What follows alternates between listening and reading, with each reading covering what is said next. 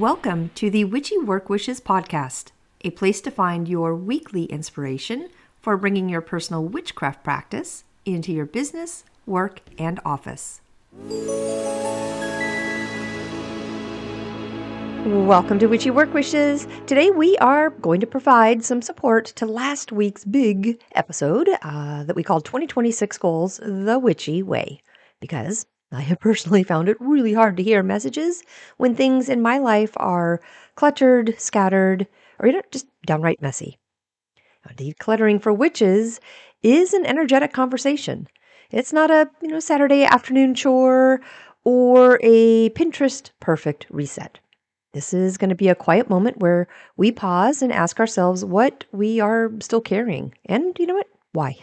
Why are we doing it? Because we do not just live among objects. We live among memories and intentions, spells, seasons, and former versions of ourselves.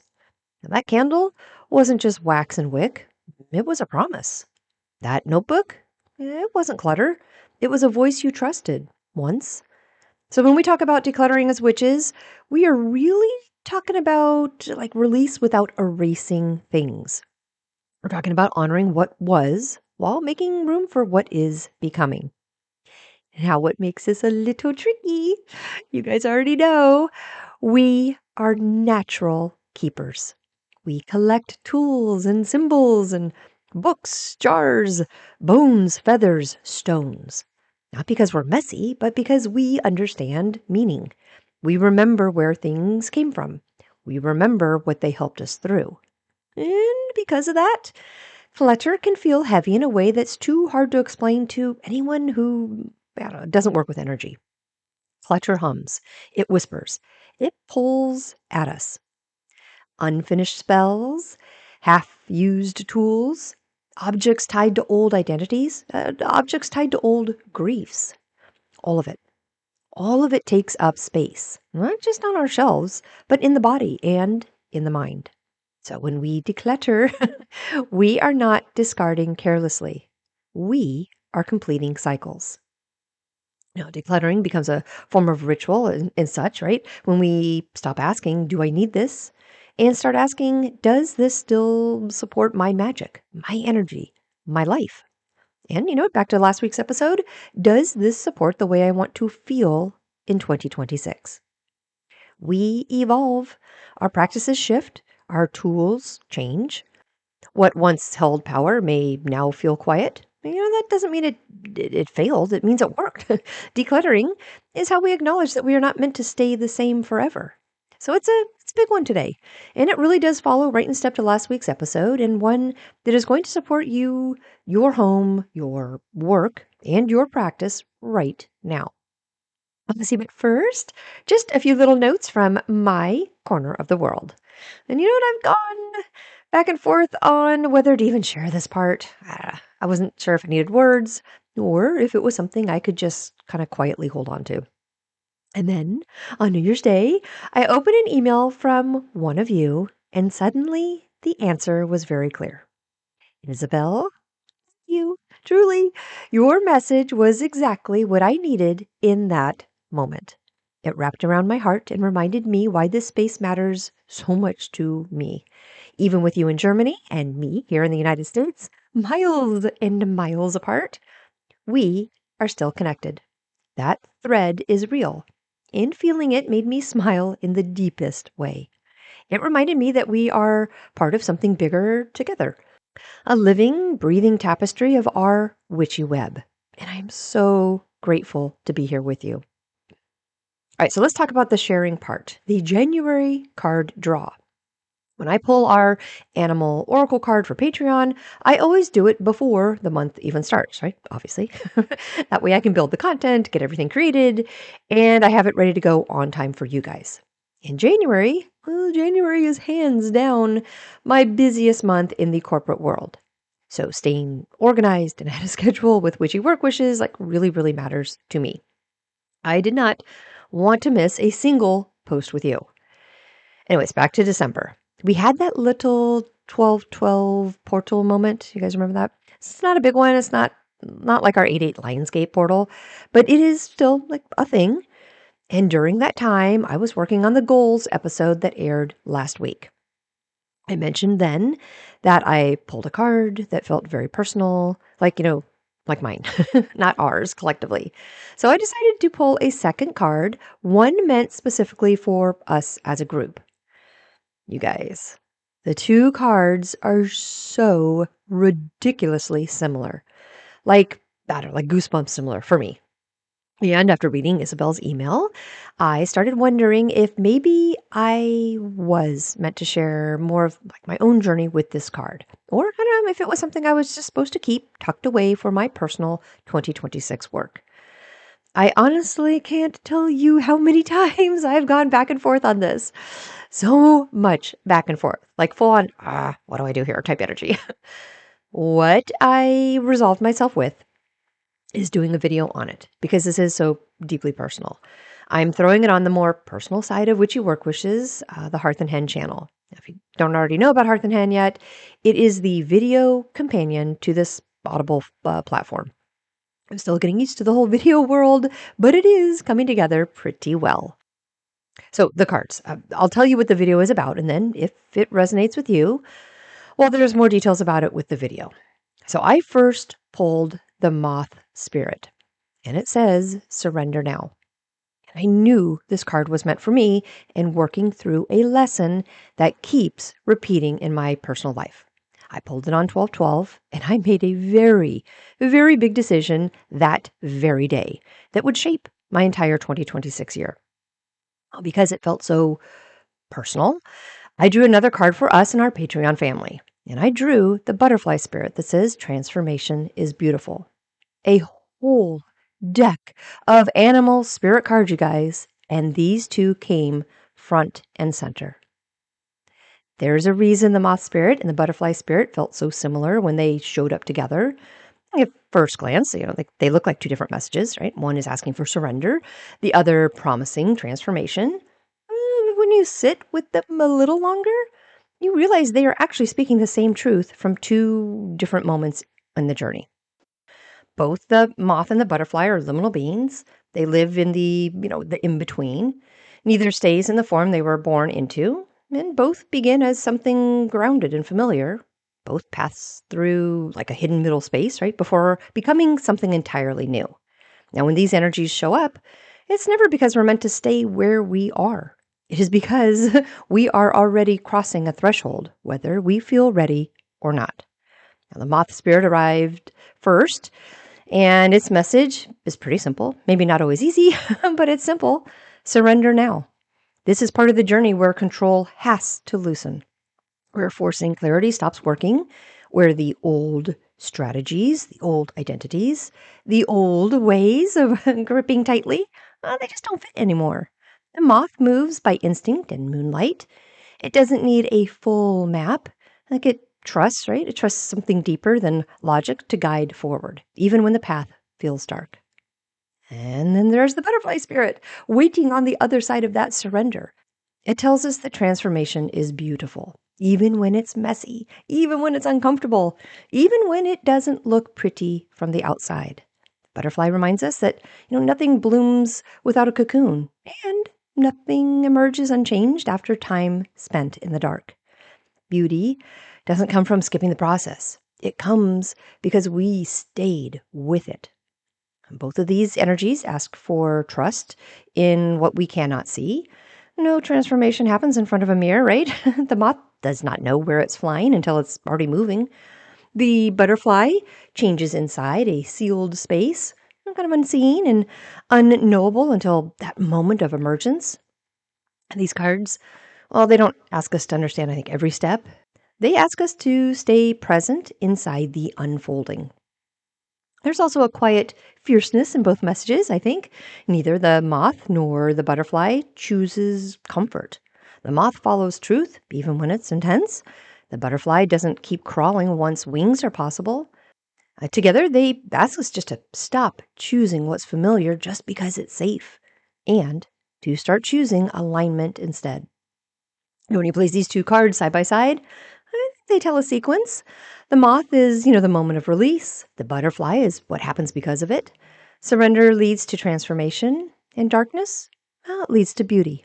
Trust leads to flight. I don't know, maybe that's why this pairing can feel both deeply personal and undeniably collective. It really does remind us that change really is already happening. The only real choice left is how gently we allow ourselves to move through it. This isn't just about January 2, like it's about initiation. It really is about standing at the edge of a new cycle and realizing that the work isn't to become something else.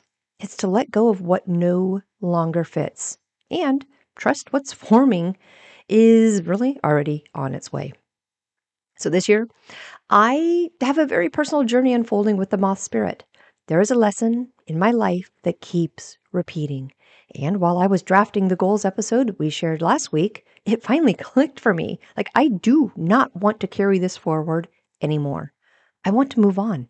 I want to do the work so this lesson doesn't keep showing up year after year, wearing, I don't know, like a different face, but honestly, asking just the same thing of me.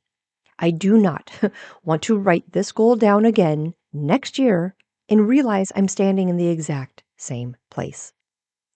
When that realization hit, I started wondering if maybe this isn't like my work. Maybe you are feeling something similar too. Now, maybe there's something in your life that keeps looping back around a pattern, a habit, a rhythm you've lived inside for so long that it just, I don't know, feels like a part of who you are now. It's woven into your days, your reactions, your routines. It's familiar, it's automatic, and at one point it probably did serve a purpose. But now, maybe it doesn't anymore.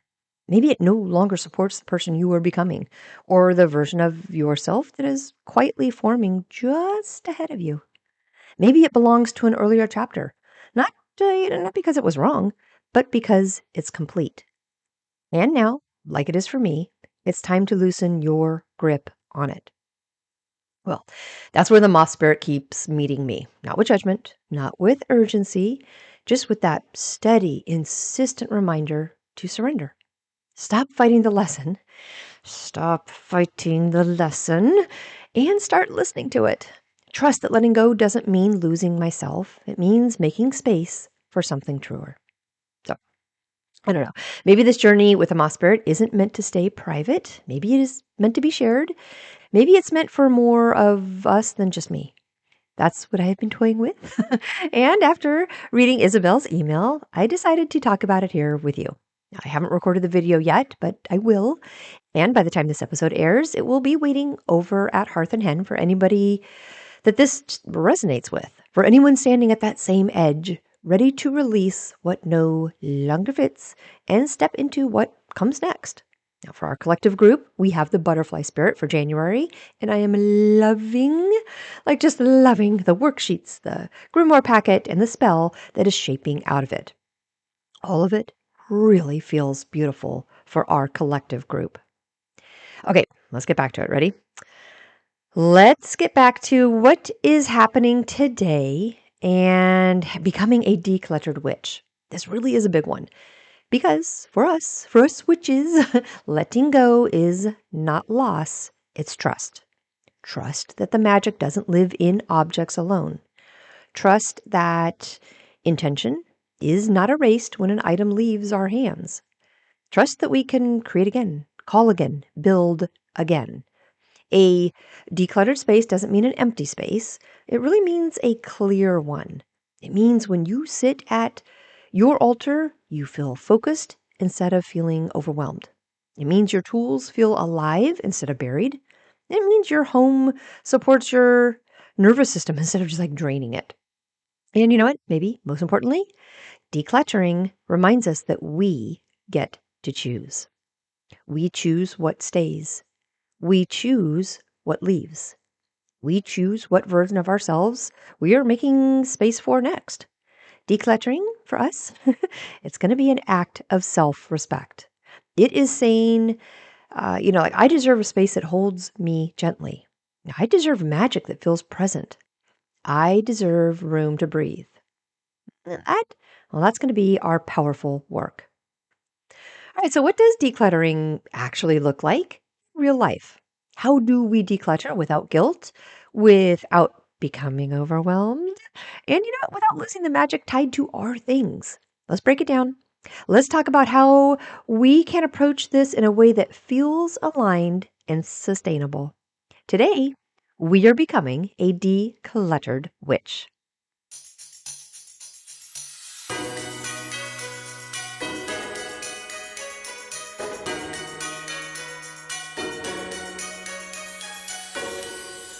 Before we get into decluttering, I would love to take a moment and anchor us back into the work we already did together with our 2026 goals. Because this episode is not random and it is not a pivot. It actually is a continuation. And in a lot of ways, it's the support structure for everything we named in our goals episode last week. When we talked about 2026, we were not just making lists. We weren't just setting targets or timelines or checking boxes. We were talking about how we want our lives to feel. We were naming clarity. We were naming sustainability. We were naming the kind of energy we want to wake up inside of in our work, our homes, in our bodies, and in our magical practices. And whenever we do that kind of intentional work, something very real happens. We stir things up. Setting goals, especially intuitive, value-based goals, has a way of shining a light on everything that no longer fits. It brings awareness. It brings honesty. It brings that moment where part of us feels excited and hopeful, and another part of us feels a little tight in the chest. Because calling in what's actually next automatically asks us to look at what we are still holding on to. And that's where decluttering enters the conversation. Not as a punishment, not as a you should be doing more moment, but as a necessary supportive step. We cannot realistically call in new habits, new rhythms, new opportunities, or new versions of ourselves if our space, physical, emotional, and energetic space, is still crowded with what's already done and complete. Again, not because we failed to move on, fast enough, but because those things already served their purpose. This is the key idea I want us to sit with for a moment. We cannot call in what's next if our space is still holding what's done. And when I say space, I mean all of it. Our homes, our desks, our calendars, our commitments, our altars, our mental load.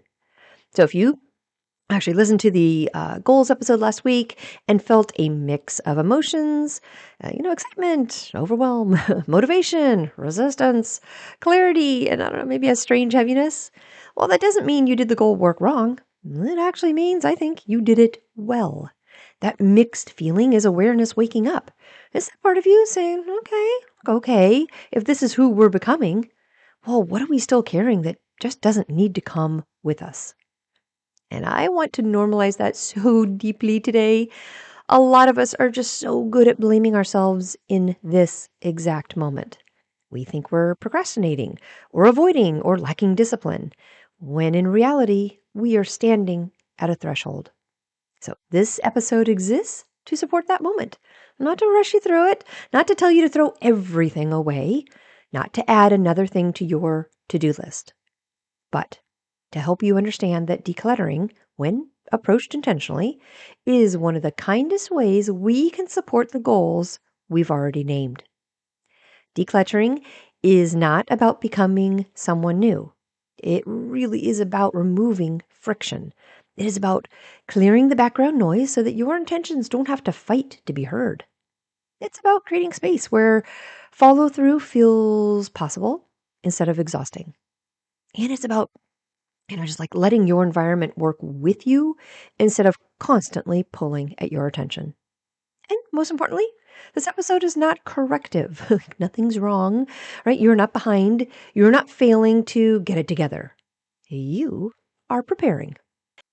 This is what it looks like when intention turns into integration, when vision starts asking for some type of embodiment, when the future you begins quietly rearranging the present.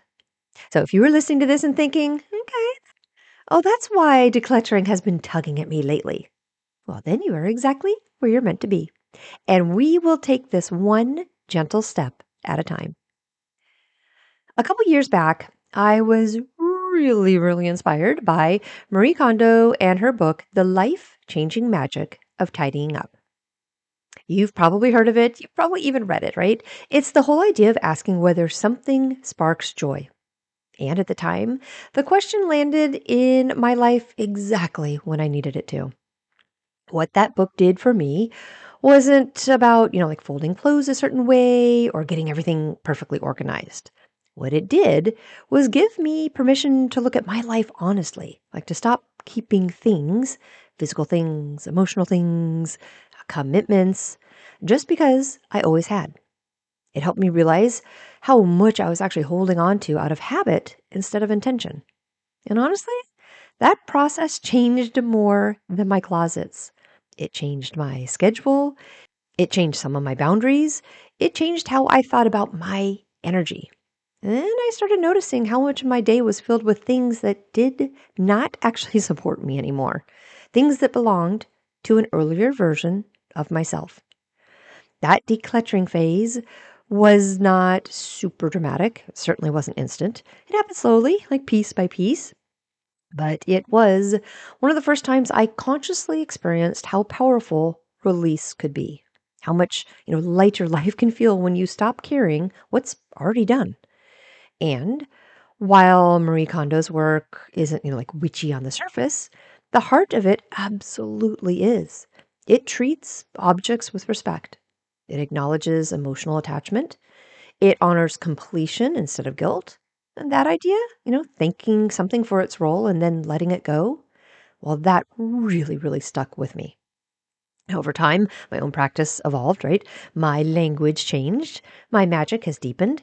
And what I eventually realized is that I think witches have been doing this kind of work forever, just in our own way. We don't just ask if something sparks joy. We ask if it still supports our energy, our magic, our season of life. So when I talk about decluttering now, it really is layered with all of that history. That book was a doorway for me. It opened a conversation that eventually led me here to, viewing decluttering as a ritual, as preparation, as a form of spell work that really supports the life that we are actively creating.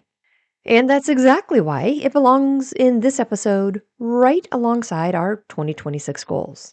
Because release is often the first real act of alignment. Now, if you want to read our book, it's a pretty quick read, maybe 200 small-ish pages.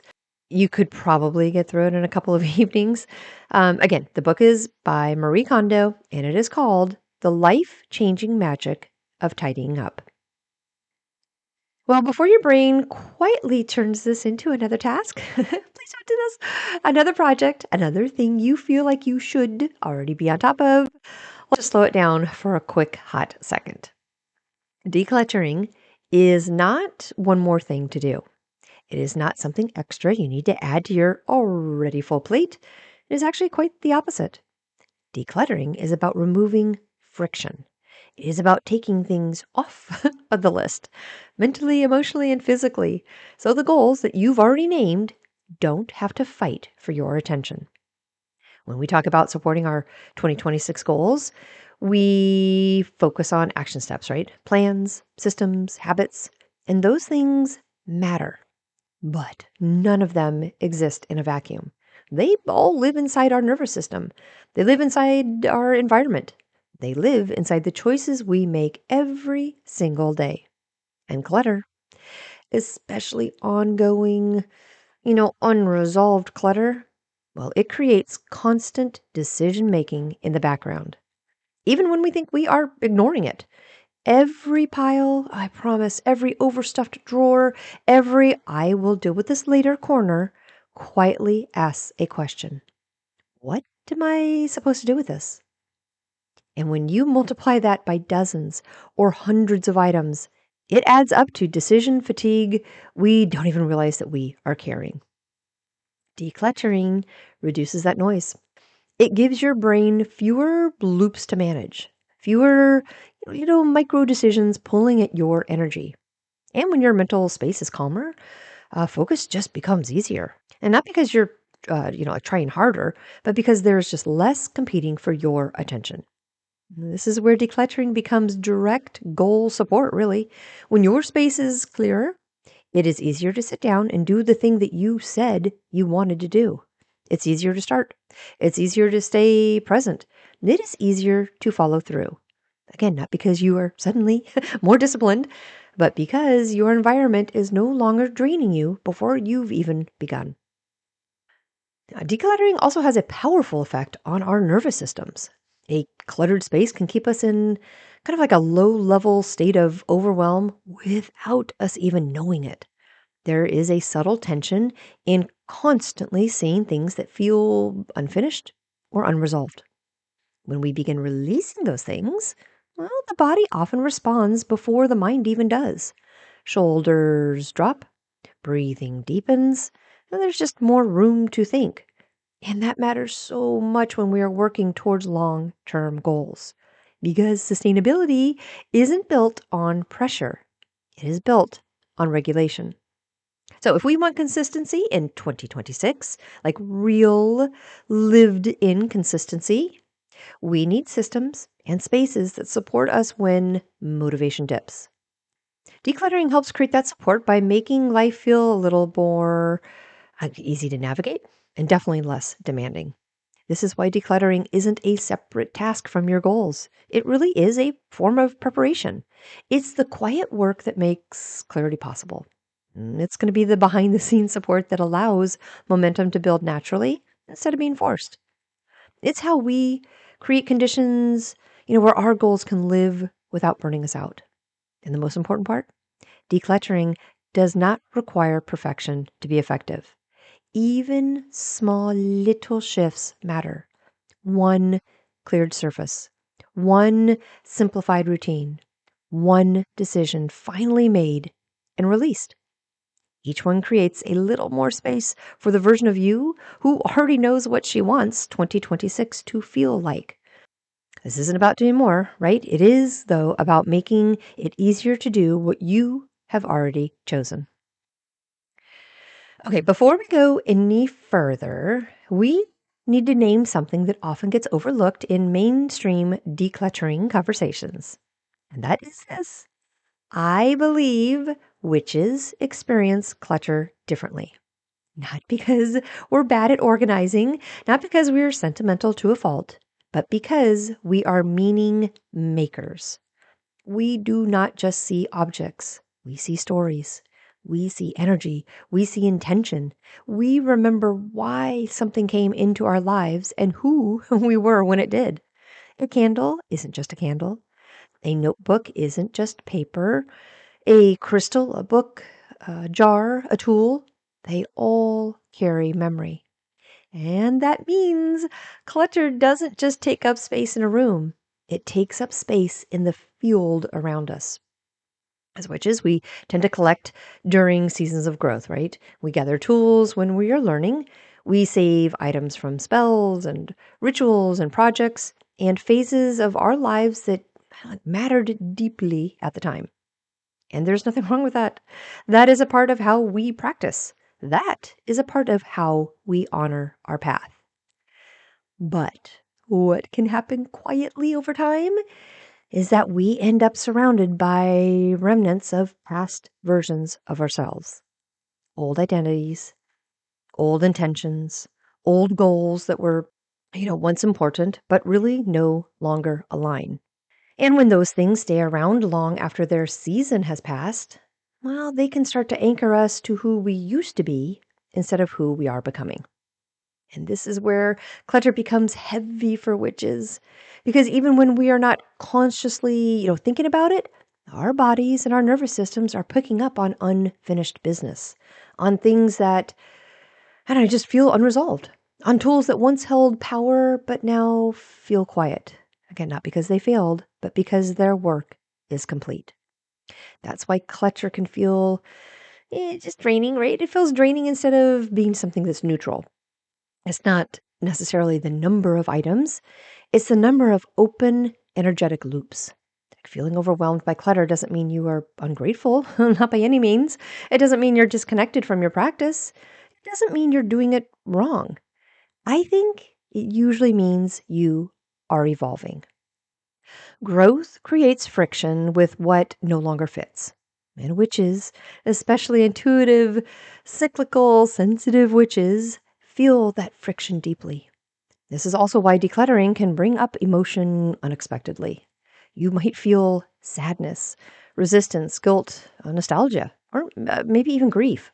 Not because you're losing something, but because you are acknowledging that a chapter has closed. Oh, that is sacred, sacred work. For witches, decluttering isn't about stripping things away until nothing remains. It's about curation. It's about choosing which energies get to stay in close relationship with us. Making sure our spaces reflect who we are now, like right now, not just who we have been. When we release items that are complete, we are not disrespecting our past. I think we are honoring it by letting it rest. And when we do that, something shifts. Our altars feel clearer, our tools feel more alive, our homes feel more supportive. Our magic feels present instead of scattered.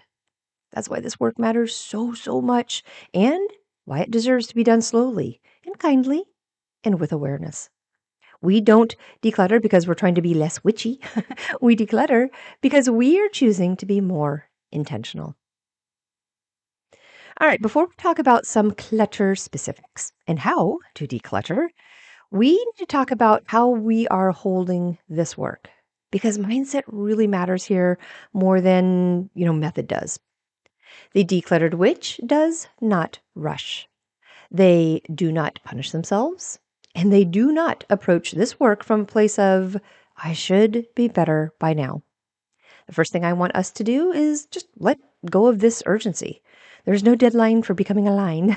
Decluttering isn't, something you need to finish in a weekend or a phase you need to complete before you're allowed to move forward with your goals. It really is a supportive practice, one that unfolds alongside your life, not on top of it. So instead of asking, how much can I get rid of? I think the decluttered witch asks a different question. Does this support the way I want my life to feel? Not someday, not in a fantasy version of your life, but now, right now, and in the season that you are stepping into.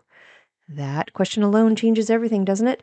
It shifts decluttering away from rules and ascetics and comparison and brings it back to intuition and self-trust. It allows you to keep what, truly supports you, even if it doesn't make sense to anybody else. And it allows you to release things without guilt, even if you once loved them deeply. Another important part of this mindset is understanding that small counts.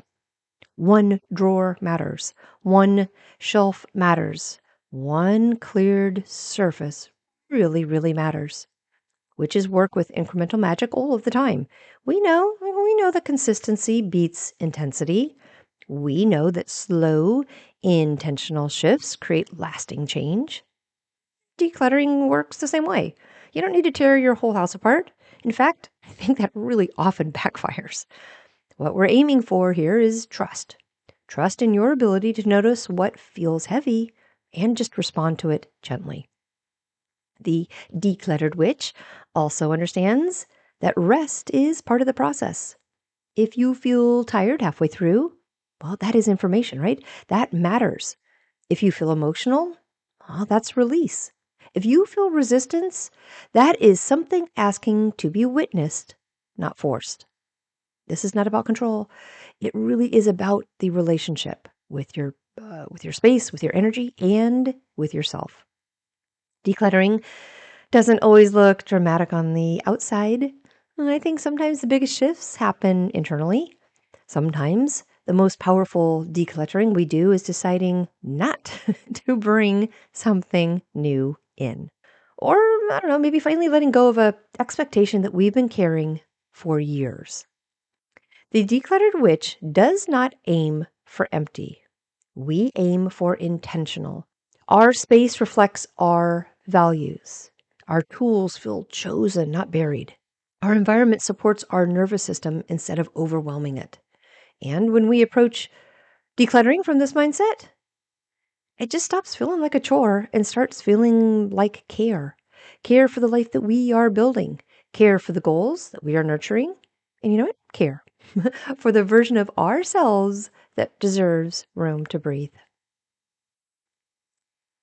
In the life changing magic of tidying up, Marie Kondo talks about clutter in a way that was really different from what I think most of us are pretty used to.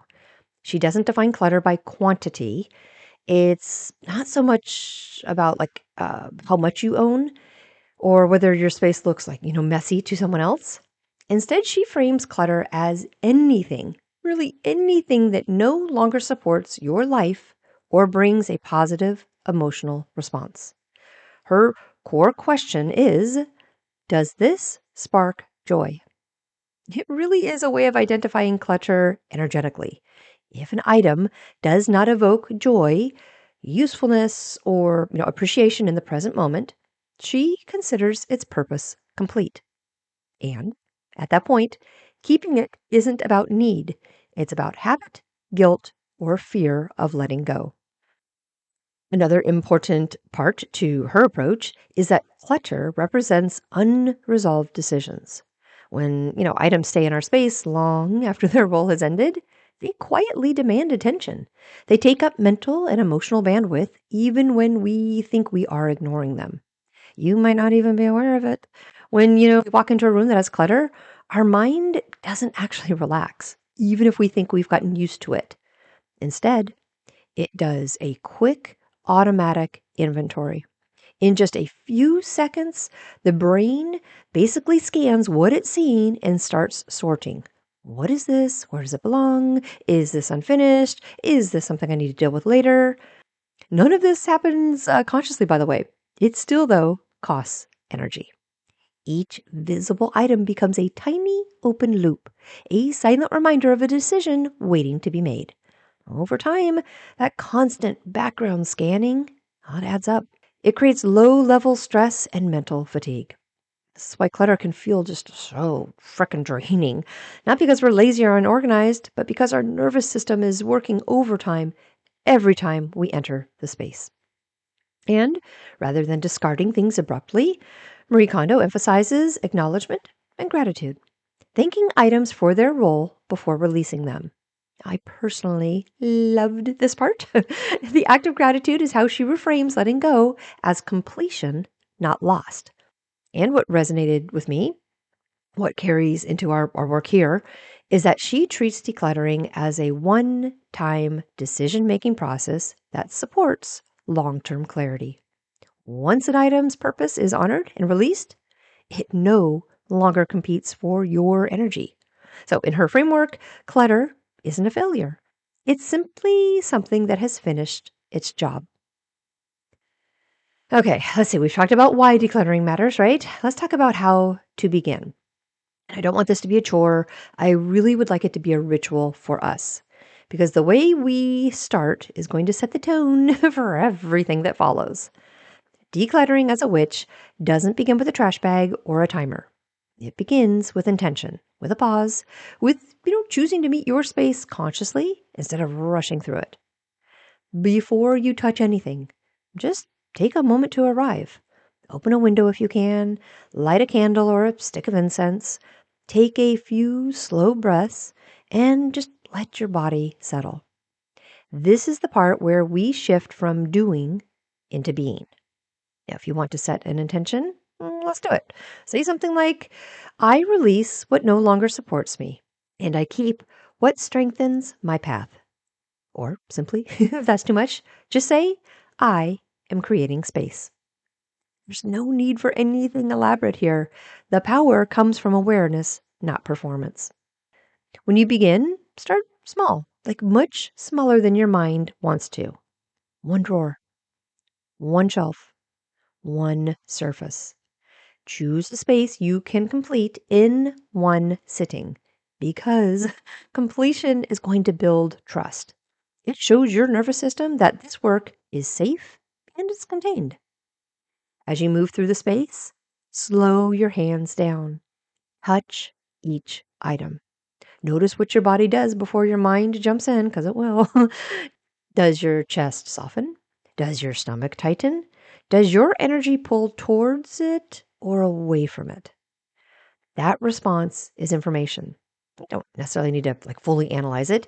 You don't need to justify it. Just notice it. Decluttering as a ritual really is about relationship. You are listening to how your space is speaking to you and how your body responds in return. If you decide to release something, pause for a moment, acknowledge it. Right? You might thank it for what it offered, or simply recognize that its season is complete. That brief moment of acknowledgement is what turns decluttering into sacred work. It closes the energetic loop. And just as important, know when to stop. When your focus starts to fade or your body feels tired, well, that's your cue. This work doesn't benefit from pushing through. I think ending with care is certainly part of the ritual, and you can always return another day. Each time you do this, you are not just clearing space. You are practicing trust. Trust in your intuition. Trust in your timing. Trust that release does not diminish you. It supports you. Decluttering, approached this way, I think it becomes an ongoing conversation instead of that, one-time event. A gentle rhythm that keeps your space aligned with your life as it unfolds.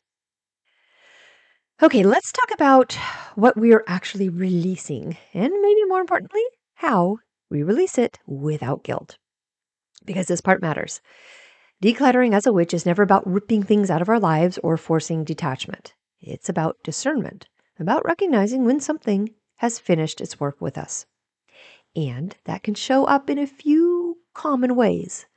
You might notice items connected to old projects or goals, things that once mattered deeply, but don't align with where you're going now. Again, not because you failed, not because you quit, but because that chapter taught you what it needed to teach you. You might notice tools tied to a past season, books, supplies, ritual items, even clothes, things that belong to a version of you who was learning, healing, or surviving. Those items aren't wrong. They're definitely not bad, but they are complete. You might also notice those someday items. Do you guys have those? Things you've been keeping for a future that never quite arrives. These can be tricky because they carry hope. But sometimes releasing them is an act of honesty, and honesty is deeply magical. And then there are items held together with guilt, right? Gifts you don't love, objects you feel bad getting rid of, things you've outgrown but kept because you should. These are going to be the heaviest, energetically at least. When you're deciding what to release, remember this. Letting go does not erase gratitude. Releasing something does not undo the good it once brought you. Once you've decided to let something go, how you do it matters. Some things can be donated, allowing them to support someone else. Some items might want to be cleansed and passed on intentionally.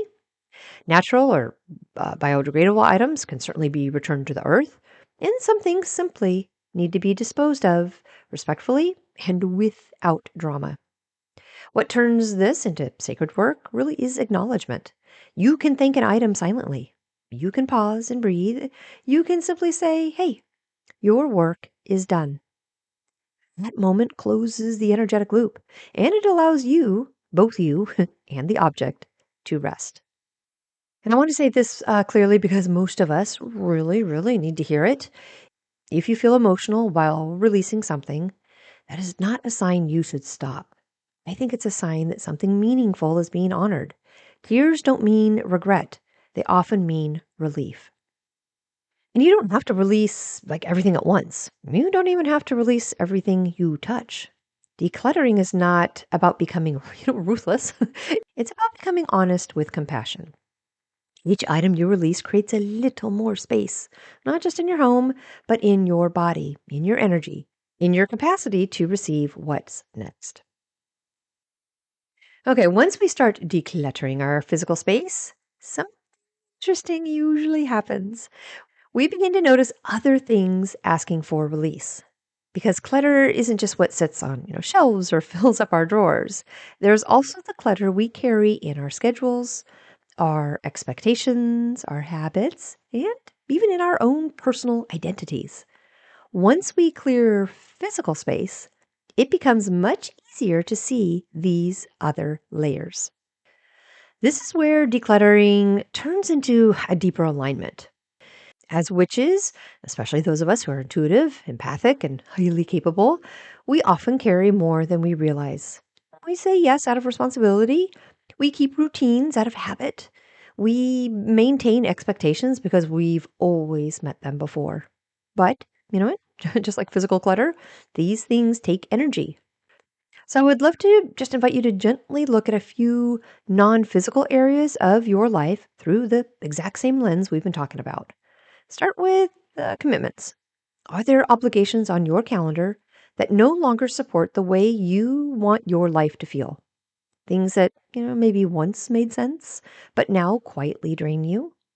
Decluttering here doesn't always mean canceling everything. Sometimes it means renegotiating, shortening, or letting go of the pressure to show up perfectly. Then there are habits. Welcome to my personal world right now. Now, not all habits are bad, but not all habits are aligned. Some exist because they once helped us cope, survive, or get through a difficult season. If a habit no longer supports who you're becoming, though, it may be ready for completion, not judgment, but it's time to say goodbye.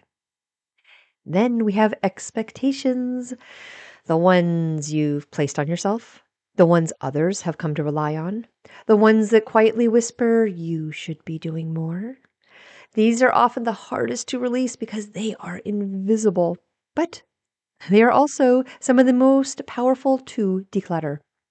Here's a question you can sit with gently. If I fully lived into the goals I named for 2026, what would naturally fall away? You don't need to answer it all at once. Just notice what surfaces is going to be enough. Decluttering beyond objects does not require big announcements or, those huge dramatic changes. It often happens through small, consistent choices. Choosing rest when you normally push. Choosing simplicity where you would normally overextend. And choosing honesty instead of obligation. And just like with physical decluttering, this isn't about stripping your life down to nothing, right? It's about making room. Room for ease, room for sustainability, room for a life that feels intentional instead of crowded. This is where decluttering becomes a lifestyle, really, not a project. A way of checking in with yourself as you grow and change and evolve. You are not losing anything by doing this. You are refining. Well, let's bring all of this together and make some space for 2026, shall we? We started with intention, with, naming how we want our lives to feel in 2026. We talked about goals, not as pressure, but as alignment. And then we followed the natural next step, noticing what's still taking up space that does not need to come with us. This is the integration point because decluttering isn't a separate chapter from our goals. It really is the foundation they rest on. When you clear space, you're not just creating emptiness, you are creating availability. You are telling your life, your energy, your magic, hey, I'm ready. Not in a rushed way, but in a really grounded way. This is where the work becomes lived in, right? You don't need a grand plan here. You don't need a perfect system. You don't need to declutter your entire life before January is done. What you need is one small, intentional act that signals follow through. One drawer, one shelf, one commitment gently released, one habit softened. Each of those choices creates a ripple. And here's something important to remember as you integrate this work. Clarity does not always arrive first. Sometimes clarity follows action. Sometimes we do not fully understand what we are making space for. We just feel the pull to clear the way, right? Well, that's still alignment. So as you move through the next weeks and months, you might notice that your goals feel easier to return to. that decisions feel maybe a little simpler, that your space feels more supportive instead of demanding. All of those shifts, oh, they matter. They're signs that the work is integrating at a nervous system type level, not just a mental one. So instead of asking yourself, am I doing enough? Try asking, is my environment supporting what I'm becoming? That question will guide you again and again. This isn't about urgency. It's all about being ready. You are preparing your space and yourself to meet the life you've already begun to imagine. And that is powerful, quiet magic. Well, today is an important episode for me. Well, last week was too. I'm not done. I'm not finished. I am in this with you. I am actively decluttering my life right now too. And not in a dramatic, like flip the house upside down kind of a way, but in the slow, intentional way we have been talking about. I am moving through my spaces, my schedule, my habits, and even my expectations, asking these same questions I'm inviting you to ask. Does this still support me? Does this still belong in the life I am building? Does this need to come with me into 2026? And you guys, some of the answers have surprised me. There are things I did not realize were draining me until I paused long enough to frickin' just notice them. There are commitments I've been carrying out of habit. There are objects and routines tied to versions of myself that I deeply respect, but I no longer need to be actively holding. And I want you to know that this work isn't always neat or linear. Some days it looks like, just what I said, clearing a drawer. Other days it looks like saying no when I would have automatically said yes.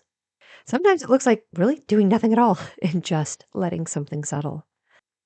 There is power in letting things marinate before making a big decision. I'm reminding myself, just like I'm reminding you, that decluttering is not about becoming less. It is about becoming more honest, more supported, and more spacious. So if you are moving slowly, well, it's okay. Like you're doing it right. If you are feeling emotional, that's fine. You're doing it right. If you are only tackling one small thing at a time, perfect. You are doing it right. We are not behind. We are not late. We are preparing. And I am walking this path right alongside you, making room, listening closely, and trusting that the space that we are creating will meet us exactly where we are headed. We've got this. Okay, you guys, I do have a poem for today. And of course, the moon update for us this week. I'm going to go grab those notes and I'll be right back.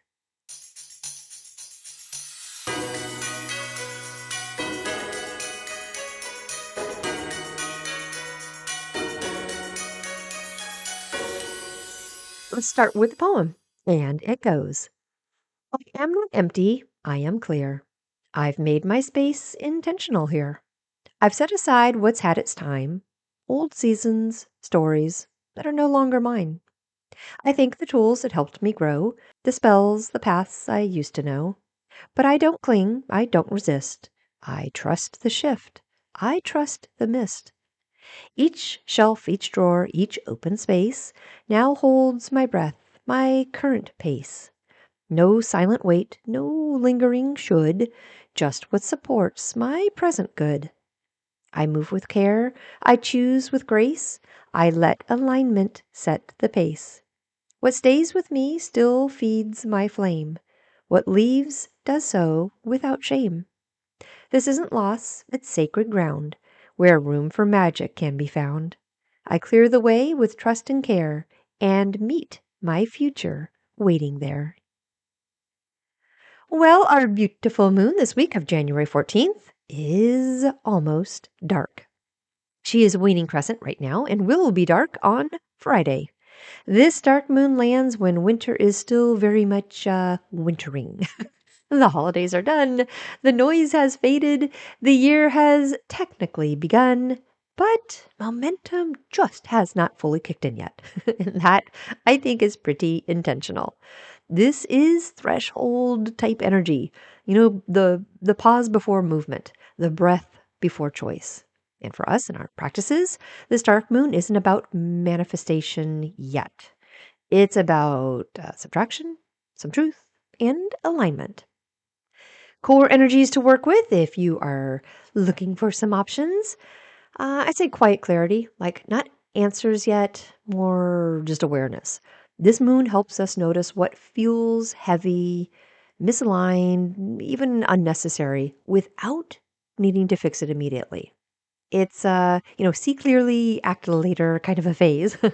Great questions for the moon right now would be like, what feels loud in my life right now? What feels finished, even if I haven't admitted it yet? What am I forcing that wants to soften? Another good energy to work with right now is some type of rest as a sacred strategy. Like mid January, dark moon energy strongly supports intentional rest, like not avoidance, not procrastination, but restorative pause. This is where we recharge with intuition. It's where we kind of stop leaking energy. Even choosing not to decide yet is powerful magic right now. That's also a good time for some identity shedding. This moon is excellent for just kind of like releasing roles and expectations and versions of ourselves that just do not belong in the year ahead. Not habits yet. Think more identities with this phase. Identities like, I'm the one who always, whatever. I should be able to, whatever. This is just how I am, blah, blah, blah, blah, blah. The dark moon loves that kind of identity release. It's also a good time for some nervous system magic. This is a big one. Mid January, dark moon energy supports calming, grounding, and regulating. Think nervous system resets, simplifying routines, reducing stimulation, creating emotional safety. When the nervous system feels supported, really everything else flows more easily. This is not a spell heavy moon. It really is like a listening moon. Try journaling instead of manifesting, candlelight instead of ritual tools, silence instead of affirmations. How about one intentional release instead of a long list? A simple dark moon intention could be, I just allow what is complete to fall away quietly. Or even, I create space for what wants to emerge next. This mid January dark moon energy is where we're going to protect our energy early in the year to prevent burnout before it even starts, to align goals with capacity, not pressure, and, let decluttering happen emotionally first. This is where we decide how we want to carry the year before we decide like what we want to do with it. And that is very wise witch energy. Well, before we close today, I would love to say a really, really big thank you, like a genuine thank you, because this space, this podcast, this community, it does not exist without you. Every time you press play, every time you listen, you are a part of this. You show up with your attention, your openness, your willingness to reflect, and that matters more than you probably realize.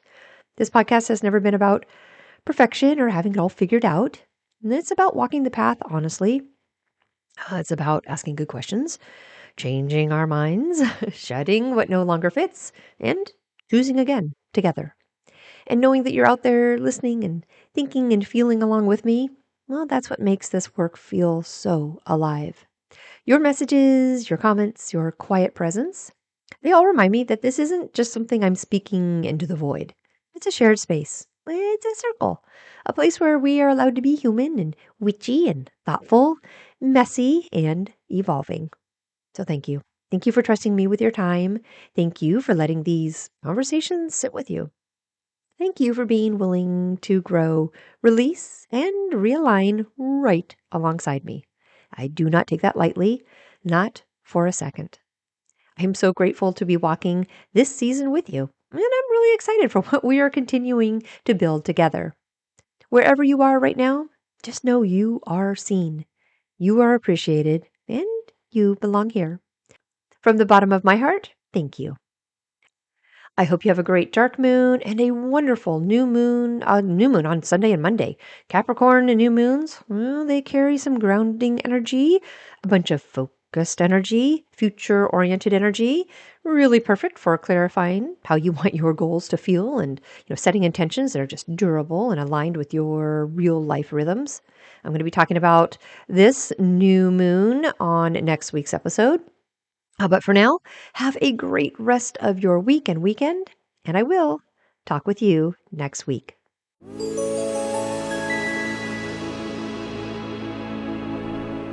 Thank you for joining me today at Witchy Work Wishes, a place to find your weekly inspiration for bringing your personal witchcraft practice into your business, work, and office. For more information and additional content, please visit me online at witchyworkwishes.com. If you want to send me a personal note, please email me at info@witchyworkwishes.com. And of course, you can follow me on Instagram and Facebook. Just search for Witchy Work Wishes.